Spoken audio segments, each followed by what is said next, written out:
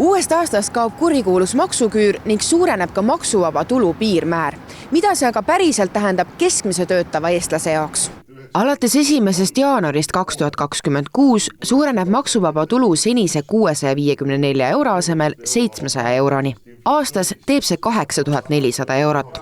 Seejuures kaob ka maksuküür ehk maksuvaba määr ei vähene enam sissetuleku kasvades. See tähendab, et olenemata palga suurusest on igal inimesel õigus 700 euro suurusele torditükile, kust riik ei hammusta tulumaksu näol suurt ampsu. Paljud täna tulumaksuvabastust ei kasuta, kartes, et järgmisel aastal tuleb riigile juurde maksta.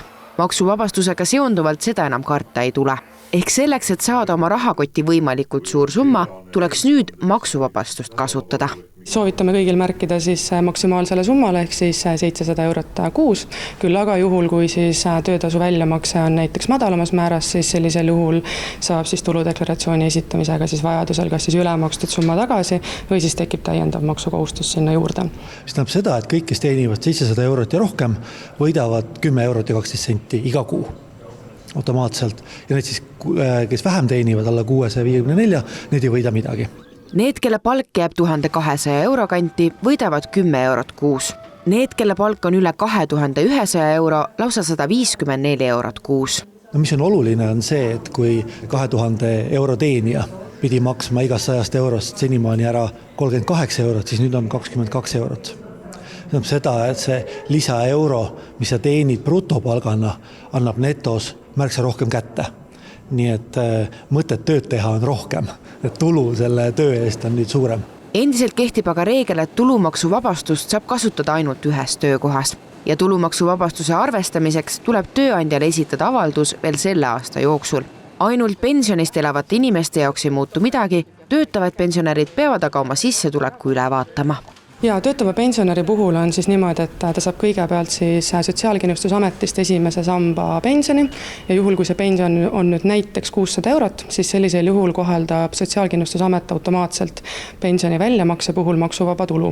Ja nüüd on siis õigus sellel töötaval pensionäril siis esitada oma tööandjale, siis ka maksuvaba tulu avaldus, kui ta peab arvestama, et temal on selleks maksuvabaks tuluks ühes kuus õigus siis ainult kuni 776 eurot, mis tähendab, et tööandjale saab esitada avalduse, kuhu märgitakse siis 176 eurot. Ehk siis maksumuudatustest võidavad vaid need, kes teenivad üle 700 euro ja kõige rohkem Eesti keskmise sissetulekuga inimesed. Selleks, et saada võimalikult palju raha korraga kätte, tuleks esitada maksuvaba tulu avaldus 700 eurole, kartmata, et Eesti riik hakkab palga eest midagi tagasi nõudma.